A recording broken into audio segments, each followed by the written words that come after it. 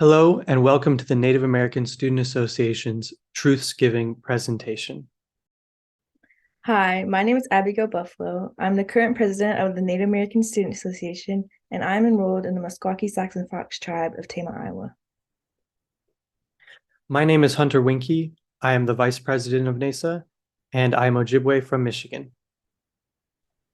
Hi, my name is Piper Eagle. I am the treasurer of NASA, and I am part of the Hunkpapa people of Lakota Sioux Standing Rock Reservation. Hi, my name is Ketha Wanati Diego. I am the social media manager for the Native American Student Association, and I come from the Meskwaki tribe in Tama, Iowa. Hi, my name is Desmond Capilla. I'm a first year liaison for NASA and I'm Meskwaki. With this video presentation, we hope to educate people on the true story of Thanksgiving. But first, we would like to share with you the University of Iowa Indigenous Land Acknowledgement created by the Native American Council. The University of Iowa is located on the homelands of the Ojibwe Anishinaabe, Bohoji, Kickapoo, Omeknomenawak, Miamiaki, Nutachi, Omaha, Wajaje, Juwer, Odawa, Ponca, Bodewatami Anishinaabe, Meskwaki, Nemahahaki, Sakiwaki, Dakota, Lakota, Nakota, Sanish, Nuxabarga, Nueta, and Ho-Chunk nations. The following tribal nations: Omaha Tribe of Nebraska and Iowa, Ponca Tribe of Nebraska, Sac and Fox of the Mississippi and Iowa, and Winnebago Tribe of Nebraska continue to thrive in the state of Iowa, and we continue to acknowledge them. As an academic institution, it is our responsibility to acknowledge the sovereignty and the traditional territory of these tribal nations and the treaties that were used to remove these tribal nations. and the histories of dispossession that have allowed for the growth of this institution since 1847. consistent with the university's commitment to diversity, equity, and inclusion. Understanding the historical and current experiences of Native peoples will help inform the work we do. Collectively, as a university, to engage in building relationships through academic scholarship, collaborative partnerships, community service, enrollment and retention efforts, acknowledging our past, our present, and future Native nations.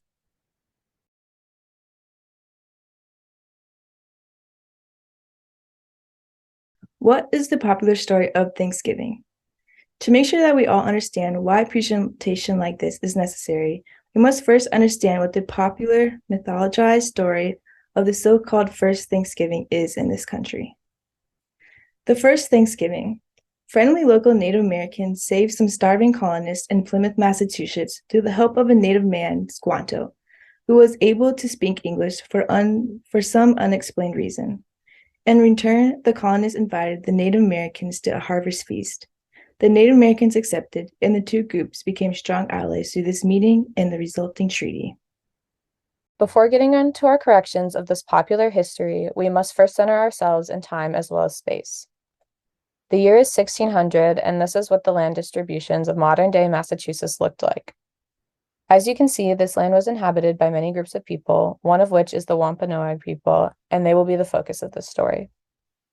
Now that we know where we are in time and in space, we can begin to ask ourselves a few questions about the popular story of the so-called first Thanksgiving that many of us were taught in school as children. Why were the Pilgrims able to start a colonize in New Plymouth? Who was Squanto? Why did the Pilgrims sign a treaty with the Wampanoag? Why What happened after? Was this really the first Thanksgiving? So, why were the Pilgrims able to start a colony in New Plymouth? Well, New Plymouth was really an already established village named Patuxet by the Wampanoag. So, if Patuxet was already an established village, then what happened to the people who originally lived there? The people of Patuxet had all died from an epidemic, which was part of something called the Great Dying, which killed 90% of native populations in many areas. The Great Dying, as it is called by many historians, was an event which resulted when explorers and settlers arrived from Europe and a tidal wave of disease reduced native population by up to 90%. As you can see from the graphic, the Great Dying occurred mostly from 1616 to 1619. So the village of Patuxet was temporarily uninhabited by Wampanoag people because the majority of its residents had died from illness brought on by contact with Europeans. This is why the Pilgrims were able to start a colony in the area. Importantly, I say temporarily uninhabited because the land was still a part of the Wampanoag Nation and was only temporarily uninhabited while the nation was recovering from the massive blow to its population. The Pilgrims, as you can expect, did not think to ask the Wampanoag for permission to set up a colony in the area. Now that the question is answered, we can move on to the next question. Squanto, whose real name is Tisquantum, was one of the many Wampanoag who had been kidnapped by Europeans in Patuxet in 1614 prior to the epidemic and had been sold into slavery in Spain. He eventually arrived in London before returning home, which is why he was able to speak English. When he returned home to Patuxet, he found out his entire village had perished from disease and was taken back into the nation by the Wampanoag chief Massasoit. I bring this up because it is a highlight of the real issue with the popular story of Thanksgiving, and that is the erasure of truths of Native history in place of lies that were meant to make people feel better about the country. I ask, don't you think that knowing that Tisquantum was kidnapped and enslaved by Europeans before returning home and taking part in this story would influence people's understanding of this story? And with that, we can move on to our next question. Why did the Pilgrims sign a treaty with the Wampanoag? The traditional story tells us that it was out of mutual respect and a desire to live harmoniously. However, the real reason is that the Pilgrims simply could not survive without the Wampanoag's help. Pilgrims had little respect for the Wampanoag and saw them as godless heathens. In their first year in what they called the New World, the Pilgrims robbed the graves of the Patuxet and stole winter supplies from surrounding native villages, as well as resorting to cannibalism just to survive. The Wampanoag signed the treaty so that they could focus on fighting off invading tribes to their west, which were poised to take advantage of the heavily reduced Wampanoag population. Again, reduced due to disease brought on by Europeans who were, at the time, kidnapping and enslaving them. The political reasons for agreements like this are something that exists with every treaty between nations. However, I ask you to think about why these specific reasons about this specific treaty are so often left out of the telling of this story. However, before you think too much, let me tell you a little bit about a letter written by a man named Edward Winslow. The letter of Edward Winslow, the 11th of December, 1621. Edward Winslow, a Puritan in attendance at the so-called First Thanksgiving, explained in a letter to his friend in Europe that the Pilgrims did not see the Wampanoag as equals and did not invite them to the feast of 1621. The real reason why 90 Wampanoag attended the feast was because during the beginning of the celebrations, the Pilgrims fired off muskets and cannons for sport. The Wampanoag, startled by the display, were there to ensure that these actions were not those of war and stayed to be sure that the Pilgrims would remain peaceful in their celebrations. What happened after? So, although people often like happy endings for stories, and this is true for the mythologized story of the first Thanksgiving, history doesn't end. It keeps moving forward. The next year, 1622, another ship carrying colonists arrived in the more northern village of Wessagusset, inhabited by the Massachusetts people. The Pilgrims immediately began mistreating the locals, stealing their property and perpetuating acts of violence against them. This caused the Massachusetts to conspire and retaliate against the unwelcome invaders. Learning of this plot, new leaders of the New Plymouth sailed to the area and helped their countrymen massacre the village in a preemptive strike. The treaty between the Wampanoag and New Plymouth lasted until Massasoit's death. Afterwards, the Puritans waged war on the Wampanoag. The next sachem or chief of the Wampanoag, a man named Metacomet, also known by his English name King Philip, was beheaded by the residents of New Plymouth. His head was put on a spike and displayed for nearly 25 years. Many other Wampanoag people were also killed or enslaved by the residents of New Plymouth as well during this period. In the time between 1620 and 1640, the Great Migration, Puritans invaded and stole most of the land in the area, killing or enslaving many native peoples in the process.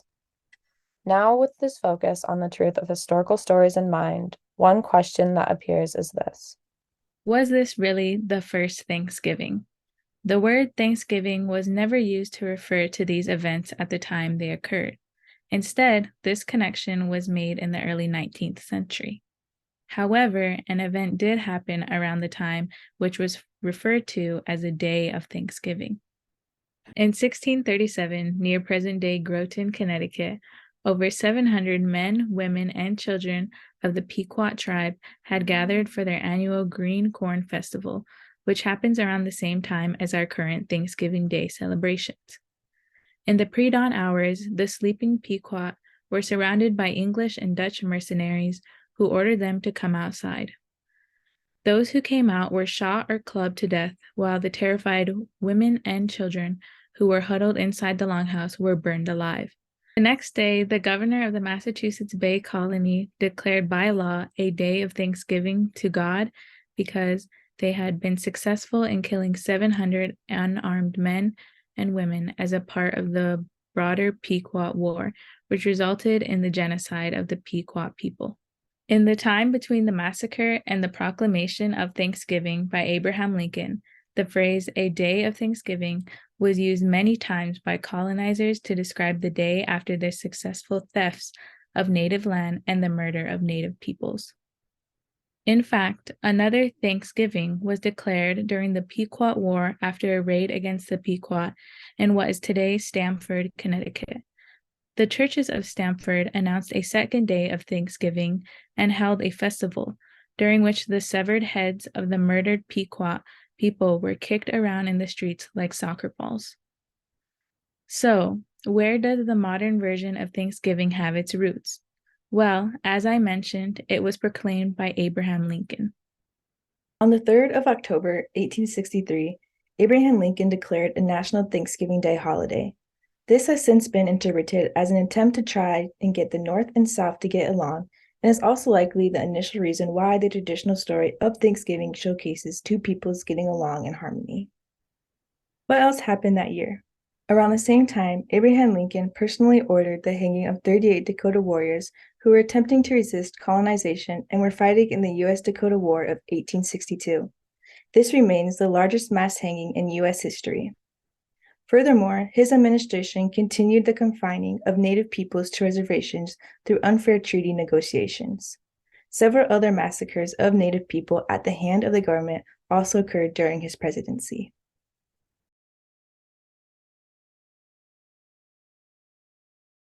The Wampanoag today. Because the Wampanoag were not federally recognized until 2007, the tribe now has no legal claim to its ancestral land. Furthermore, in 2018, over 200 Mashpee Wampanoag tribal members rallied with allies and lawmakers in Washington, D.C. to voice opposition to a withdrawal of Wampanoag land from trust status. This followed a September 7th decision in which the Department of the Interior formally removed land from the Mashpee Wampanoag tribe's territory in eastern Massachusetts. More generally, something that I want to teach you all about is the National Day of Mourning, the counterpart to Thanksgiving. Since 1970, many Native people and non-Native allies have been participating in a National Day of Mourning instead of Thanksgiving. The National Day of Mourning is a day of remembrance of the genocide of Native people and culture that has occurred since first contact with Europeans. With everything that we have explained throughout this presentation, I will leave you with an explanation of why the way that Thanksgiving is celebrated in this country is problematic. The way that Thanksgiving is remembered and celebrated today promotes the erasure of what has happened and continues to happen to Indigenous people in this country, in favor of myths filled with demonstrable lies. A myth which has been used throughout the history of this country for political and commercial purposes that do not consider the negative effect it continues to have on Native people's visibility and empowerment. Final note of recognition, this is Sakawis Novus. Importantly, Sakawis is the founder of Truthsgiving. Sakawis Christine Novus is Plains Cree Saulteaux of the George Gordon First Nation in Saskatchewan, Canada, and grew up in Winnipeg, Manitoba, Canada. In 2015, she founded Great Plains Action Society as a way to increase Indigenous solidarity in Iowa City. It turned into a full-fledged organization during the fight against the Dakota Access Pipeline, which led her to the START Little Creek Camp in February of 2017. Sakawis is also a speaker, writer, and artist. She believes that environmental and social justice work inextricably linked, and change will only happen when we dismantle corrupt colonial capitalist systems and rebuild them with a decolonized worldview. She graduated from the University of Iowa in 2008 with a master's degree in religious studies, with a focus on Native American religion and culture, and a graduate minor in American Indian Native Studies. She fights for a better future for her 2 young children.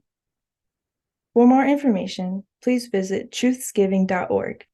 As defined by the website, Truthsgiving is an ideology that must be enacted through truth-telling and mutual aid to discourage colonialized ideas about Thanksgiving mythology, not a name switch so we can keep doing the same thing. It's about telling and doing the truth on this day so we can stop dangerous stereotypes and whitewashed histories from continuing to harm Indigenous lands and peoples, as well as Black, Latinx, Asian American, and all oppressed folks on Turtle Island.